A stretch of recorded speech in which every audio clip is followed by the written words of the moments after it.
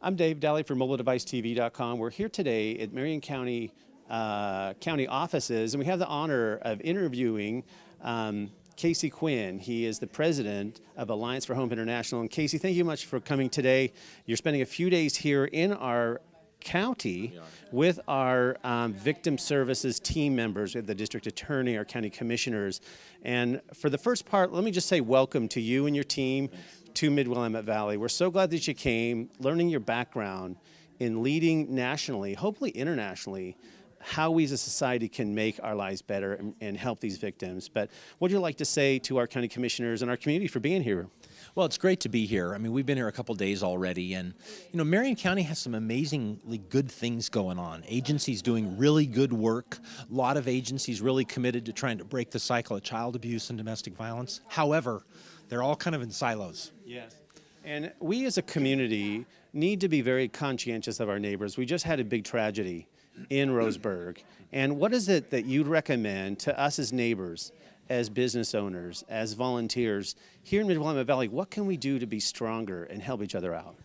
Well, I think the greatest thing we can do in the kind of aftermath of Roseburg is to begin to realize that we need to make a commitment to understand the impact of childhood trauma on our community.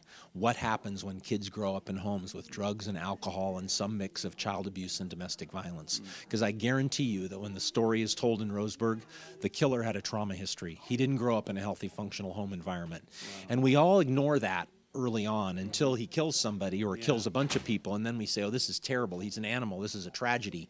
Well, somebody needed to care about him a long time ago. Yeah. And I think for us, it's the honesty of a community to say, you know what, in all of the research, 70% of children grow up with childhood trauma. Wow. So if we're going to be honest about it, let's start talking about the fact that, one, that's happening, and two, it has consequences later in life for people. Yeah. And once we're honest about that, then we can start to say, how do we change the ending for kids that grow up with a lot of trauma in their lives? For sure.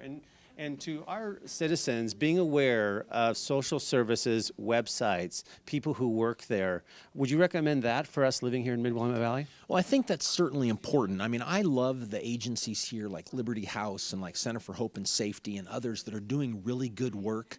And in this process we're going through of assessing the community, people are saying, well, what should we do right now? Mm-hmm. The answer is get involved with the existing agencies you have. You have a lot of good programs doing good things. Get involved in those. You've got a great program in the juvenile welfare system where you can go do your Christmas shopping at this marketplace ranch down at the child welfare place.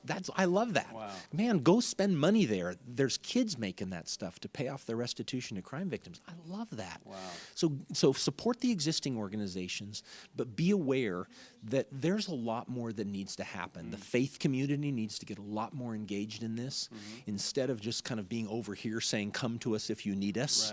Right. We need the medical community more involved. We need the schools and the faith community and the medical people talking to each other, not just viewing this as, it's the victim services people. That's their job. It's not my problem. That's their job. No, this is the power of we that we're trying to create here. Wow, and this model has worked nationally around the country. Thank you so much for coming, you from San Diego, and share with our audiences a little bit more about Camp Hope and also the Alliance for Hope website address and where they can kind of maybe see some more content about the progresses you're making. So we can be found at allianceforhope.com. That's our umbrella organization.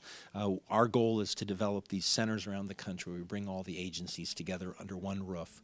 But we also try to educate communities about how to help kids. So we run the largest camping program in America called Camp Hope America, and you can go to camphopeamerica.com to learn about it. We're starting Camp Hope Oregon right now in Clackamas County, and we're really excited to see that expand to Marion and beyond. So we're really excited about the camping piece. We now have research that says camping and mentoring can change the way trauma kids view themselves and their futures, and it will change their destiny. Instead of going this way, we can help them go this way. Wow, fantastic. So make sure to see the URL on screen to get more information.